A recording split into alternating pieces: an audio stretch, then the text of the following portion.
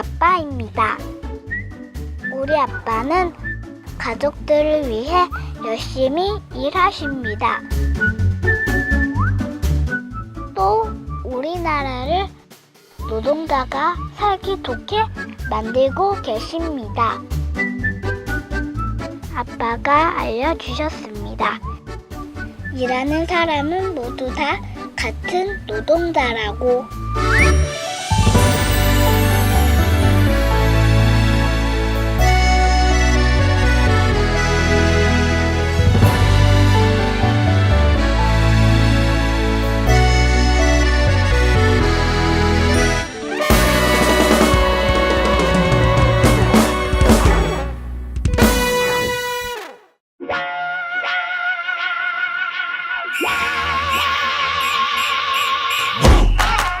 중학교 3학년 때쯤 그때 일을 제일 많이 했어요. 처음 알바는 고등학교 1학년 때부터 했어요. 편의점? 취업하기 전까지는 해야죠.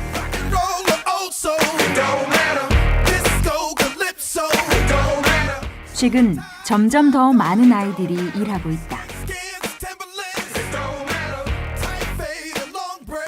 어른들은 이런 청소년들의 노동을 경험 삼아 한번 해보는 것, 또는 부모가 허락하지 않은 사치나 유흥을 위해 비행 청소년들이나 하는 일 정도로 가볍게 생각한다. 이런 생각은 일하는 청소년을 나와 같은 노동자가 아니라 앞으로 노동자가 될 예비 노동자쯤으로 치부하는 탓이 크다.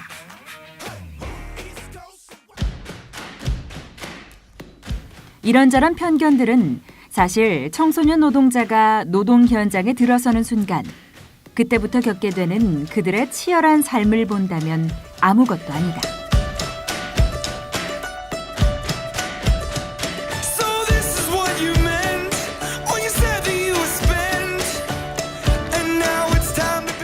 노동을 시작하면서 가장 먼저 하는 근로계약서부터 쓰지 않는다. 최저임금도 못 받고 수당은 당연히 못 받는 것은 물론 마지막 며칠 동안 일을 나가지 못하였다고 돈을 전혀 주지 않는 거였습니다. 임금체불도 허다하다.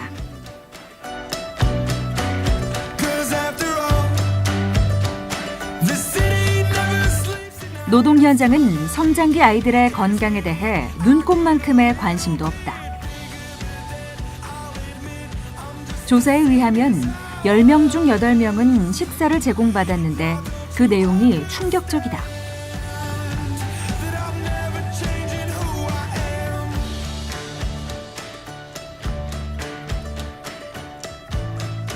일하다 다치는 일도 다반사다.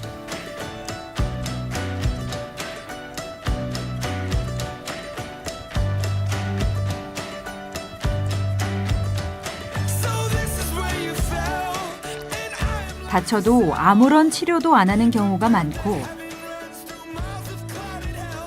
치료할 경우도 절반 가까이가 자비로 치료한다.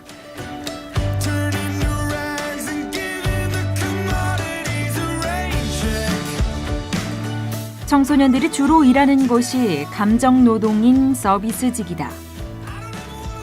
서비스직 청소년 감정노동의 강도가 성인 서비스직 종사자와 거의 같다. 인간으로서의 자존감이라든지 노동에 대한 생각이라든지 이런 것들은 현저하게 그런 과정을 반복적으로 겪으면서 나빠지고 자기 자존감도 낮아지고 그뿐만 아니라 사실 감정노동은 작업장에서 고객이 가하는 폭력으로 굉장히 쉽게 연결이 되거든요. 그래서 감정노동자들이 폭력에도 되게 쉽게 노출되는 직종이에요. 그런 점에서 감정노동의 강도가 그렇게 높은 청소년 노동자들이 폭력에도 쉽게 노출될 수 있는 그런 연쇄고리 안에 놓이게 된다는 생각도 듭니다.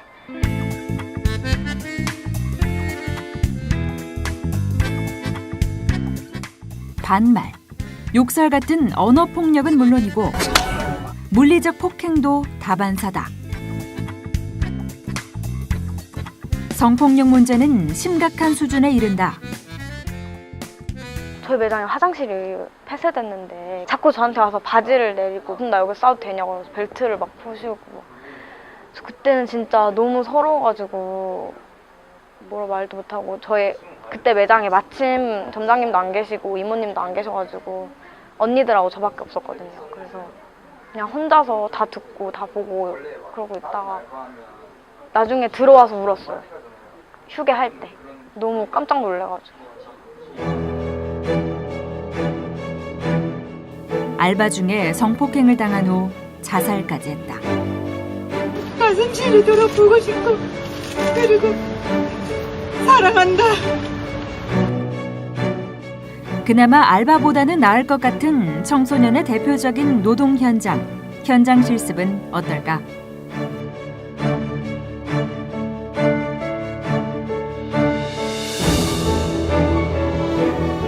현장 실습을 하던 만 17세인 실습생이 주말 근무 후 뇌출혈로 쓰러졌다. 그때부터 4년이 지난 지금까지 의식불명 상태에 빠져 있다. 하루에 10시간 이상 일을 했고 그 정규직들이 추석에 휴가 갈 때 그때도 10시간 이렇게 일을 했어요. 그게 이제 사회적으로 크게 파장을 일으켰던 건 금속노조가 그 안에서 그 노동조합에서 이제 그 문제 제기를 했기 때문에 그나마라도 그게 됐던 게 근데 그렇지 않은 경우는 거의 그 안에 뭐 정보 어떻게 해서 무슨 일이 당했는지조차도 밖에서는 알 수가 없는 거죠.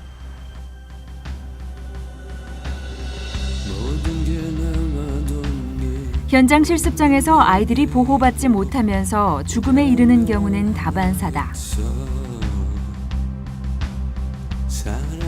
현장 실습을 나간 여학생들의 경우 종종 성폭력에 노출된다. 의식자리에서 술을 줘가지고 술을 마시게 하는 일도 있었고요. 테이블에 올라가서 춤을 춰라. 그냥 눈물로 그 하소연을 하던가 너무 힘들다고. 아이들은 졸업하기 전에 의무적으로 현장 실습을 나간다.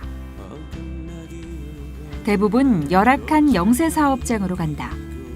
이곳에서 아이들은 교육이나 실습이라는 배움도 노동의 즐거움도 아닌 잘못하면 죽음에 이르는 인생의 쓰디쓴 맛을 배우고 있는 중이다. 밤새도록 해본 적도 있고 24시간 오버해본 적도 있고요. 싼 맛에 그냥 쓰죠. 실습을 나가서 이제 겪어보면 이제 알죠. 아, 그래서 대학교를 꼭 가야 되구나. 반면 이 청소년은 어느 가정에서는 굉장히 부모들이 정말 사랑을 많이 베풀어주는 그런 가정에서 자라는 자녀들이고, 그리고 학교에서는 선생님들이 이전하고는 되게 많이 다르게 학생들 입장에서 존중하는 분위기로 많이 변화하고 있단 말이에요. 그래서 가정도 그렇고 학교도 그렇고 일상생활에서 그렇게 청소년들이 이렇게 존중받고 대접을 받으면서 살다가 이 일을 터러 가는 순간 그게 와르르르 다 무너져 버리는 거예요. 이전에 존중받던 나는 사라지고 저임금의 값싼 노동자 취급을 당하고 이 일터가 원래 이런가 보구나. 세상 참 뭐 같네. 이 노동자 참 그런 거구나. 이런 생각을 자꾸 하게 되는 거예요.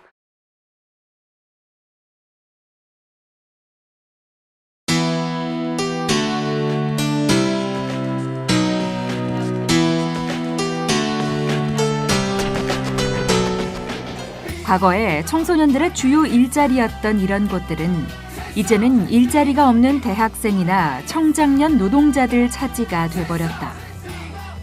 청소년들은 더 아래로 밀려나고 있다.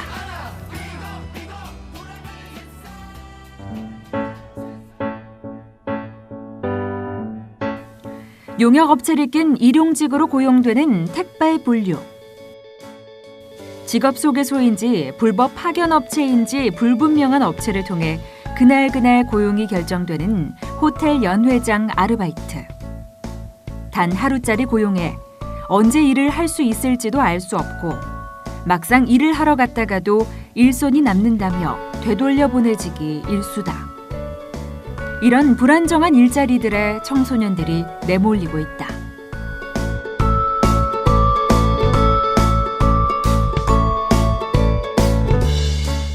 최근 몇 년 새 청소년들이 가장 많이 하는 일자리가 배달이다. 그런데 배달 대행 업체가 배달원을 직접 고용하지 않기 때문에 배달 대행 알바를 하는 청소년 노동자는 오토바이 대여료와 업체 운영비까지 매일매일 지불하고 모든 경비를 자신이 부담하면서 배달 건당 수수료를 받고 있다. 결국 산재나 시간의 수당, 퇴직금 같은 권리가 애초에 없는 특수고용 노동자가 된 것이고 하루에 13시간씩 일을 해도 최저임금도 안 된다. 그러니 청소년들이 죽을 만큼 위험해도 더 빨리, 더 오래 일하게 된다. 한번 사고가 난 이후로 트라우마가 생겨갖고 좀 무서웠는데 그래도 청소년 알바 중에 배달만큼 많이 버는 게 없더라고요. 그래서 일단은 위험한데 그래도 위험한 만큼 또 많이 벌고 일단 목숨을 담보로 하는 일이니까.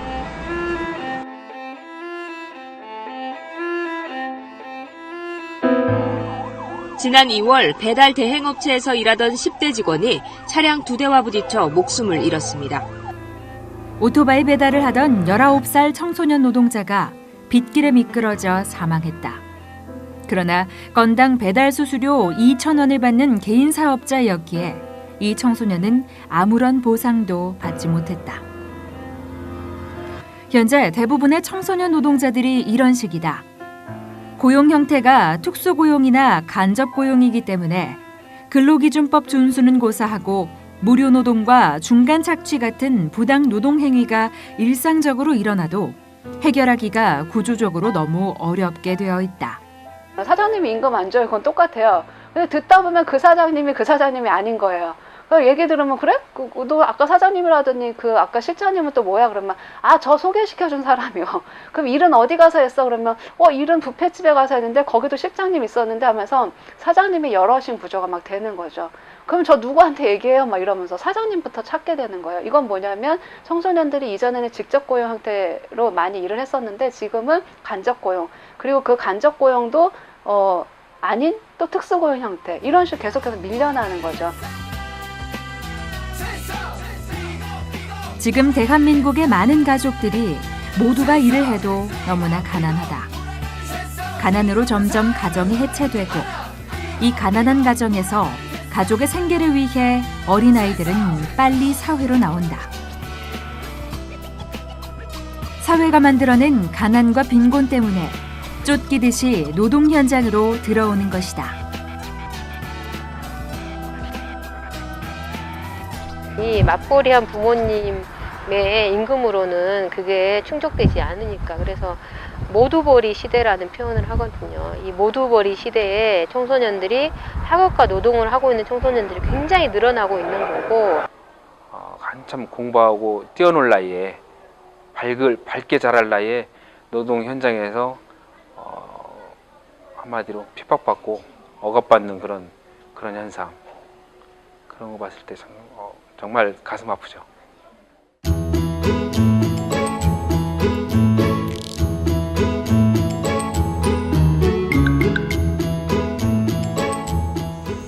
카페 아르바이트는 해보셨어요? 졸업은 하셨고? 청소년 노동. 내일부터 출근하시고 잘해봅시다. 아이들에게 자신의 진로와 직업에 대해서 탐색하고 나중에 좋은 직업인이 될 수 있는 기반이 된다.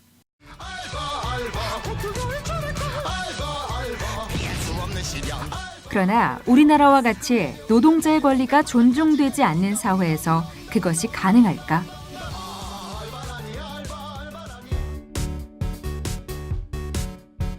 우리 사회는 학교에서부터 노동자의 권리를 전혀 가르치지 않고 있다. 대신에 학교는 아이들에게 고용주의 마인드를 가르친다. 자신이 커서 노동자가 됨에도 불구하고 대부분의 청소년들이 노동자란 말 자체를 싫어하는 것은 이런 교육 탓이다.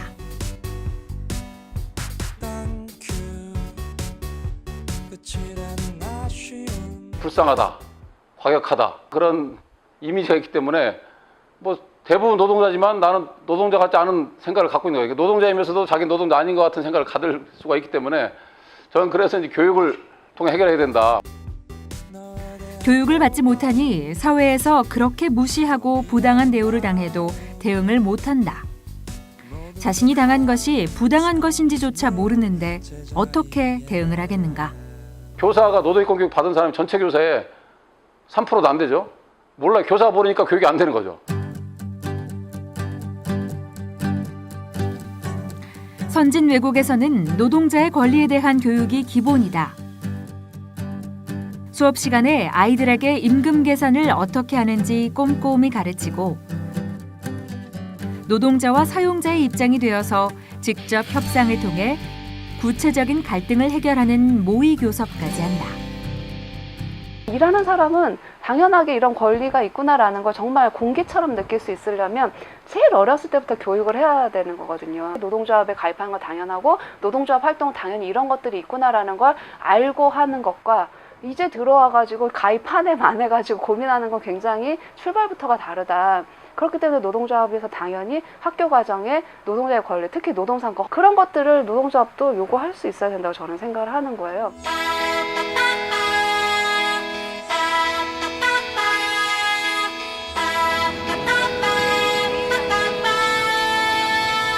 금속노조 3호 중공업지회 해고자 양현주 씨는 지금 전남 지역의 모든 특성화 고등학교를 다니며 아이들을 만나고 있다.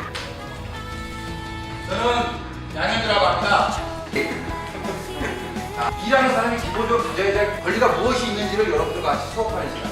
어머니가 하시는 일은 2000년대 중반부터 각 지역에서 청소년 노동 인권에 관심을 갖고 있던 사회단체들이 청소년 노동 인권 교육을 하기 시작했다. 이후에 너의 미래의 모습을 보여주고 그리고 너의 권리를 어떻게 찾을 건지, 권리를 찾기 위해서 무엇을 할 건지, 그리고 또 누구와 같이 할 건지, 이러한 얘기를 누가 해줄 거냐 이거죠. 그건 우리 현업에 있는 우리 노동자들이죠. 노동상권이 뭐냐에 대해서 56.5%가 들어본 적이 없다 이렇게 말을 하고 있습니다. 진보 교육감들이 당선되면서 청소년 노동 인권 교육이 제도화도 되고 있다. 청소년 노동 인권 교재를 개발하고 교과서로 채택하기도 했다.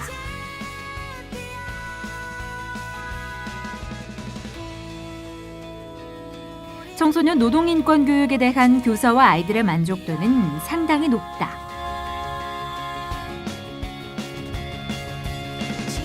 어렸을 때부터 그 교육을 받았으면 교육은 곧바로 변화로 이어졌다. 노동 인권 교육을 받은 학생의 경우 부당 대우에 대응했다는 비율이 40%로 증가한다. 청소년을 교육하는 것뿐만 아니라 민관이 함께 청소년 노동 인권을 보호하기 위한 제도들을 만들어내고 있다.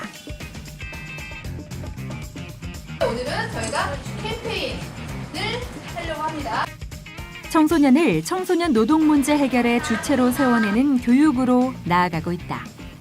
저희는 어떠한 경우도 받을 수가 있어요. 이거는 사장님이 잘못한 거잖아요. 이 학생들이 여기서 노동과 인권과 상담 이런 것들을 학습을 하고 학교로 돌아가서 이런 동아리를 만들고 같은 또래를 만나고 소통하고 이런 늘 상상을 하면서 이제 이 프로그램을 짰고 일기 이제 23명이 오늘 이제 수료생이 나왔는데 이 학생들이 저는 씨앗이라고 생각하거든요.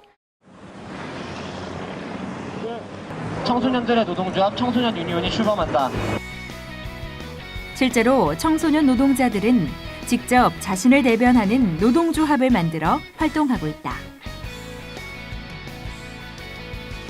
조합원이 당한 부당 노동 행위를 해결하고 서울시 교육감 선거에도 참여하고 서울시의 정책 연구에 참여해서 청소년 교육과 노동 정책에 적극적으로 개입하고 있다. 처음 일하는 장소에서 존중받지 못하고 자신의 권리를 지키지 못하면 그 이후 그리고 또 이후에 이제 자신의 예를 들면 평생 직장이라는 곳에 들어간 뒤에도 자신의 권리를 인정받기 위해서 싸운다거나 이런 경험이나 체력이 받쳐주지 않기 때문에 그런 것까지 고려했을 때 청소년 노동조합이라는 것이 굉장히 중요한 역할을 할 수 있겠다. 지금은 아직은 조금 더 규모도 작고 할 수 있는 일도 한계가 있지만 이런 청소년 노동을 해결하려는 문제에 대해서 우리 사회가 조금 더 고민해봐야 되는 것이 아닌가 이렇게 생각을 하고 있습니다.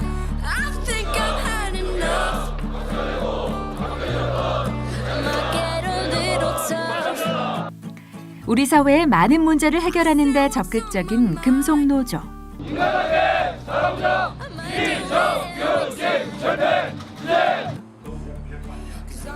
청소년 노동 문제에 나서려고 하고 있다. 조합원들에게 청소년 노동인권 감수성 교육을 하고 조합원들이 청소년 노동인권 강사로 활동할 수 있도록 할 계획이다.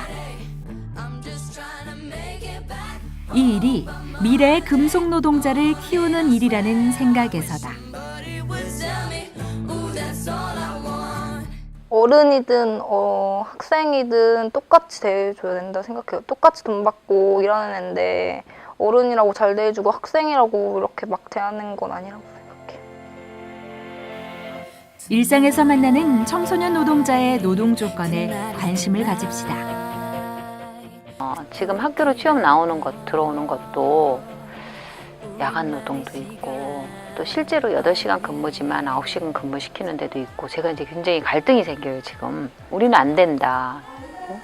표준 근로시간 8시간인데 9시간이 있을 수 없다, 안 된다. 이렇게 해야 될지.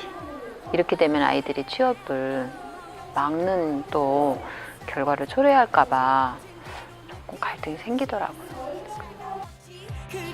무엇보다 청소년 노동자에게 말 한마디라도 따뜻하게 합시다.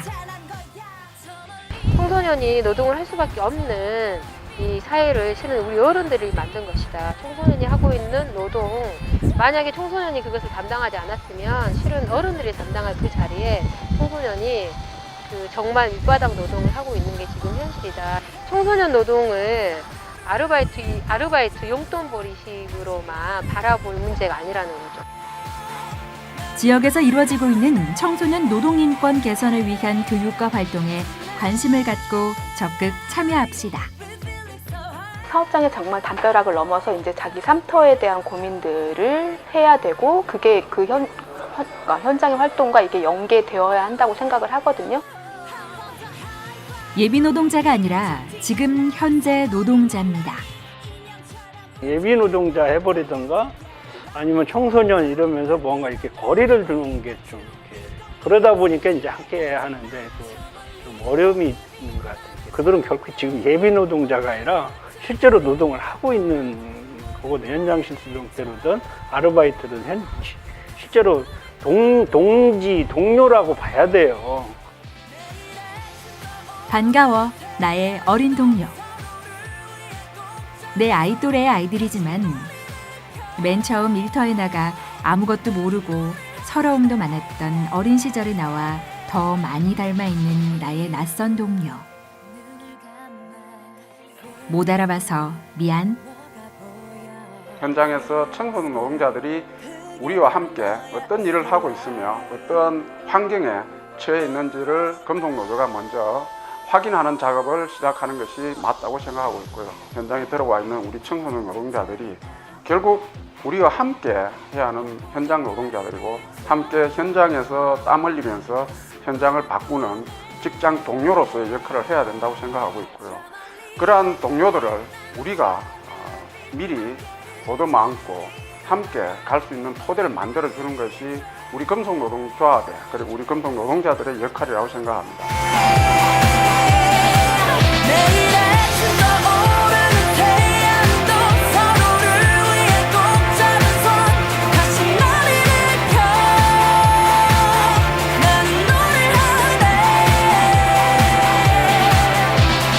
모든 것이 달라졌어.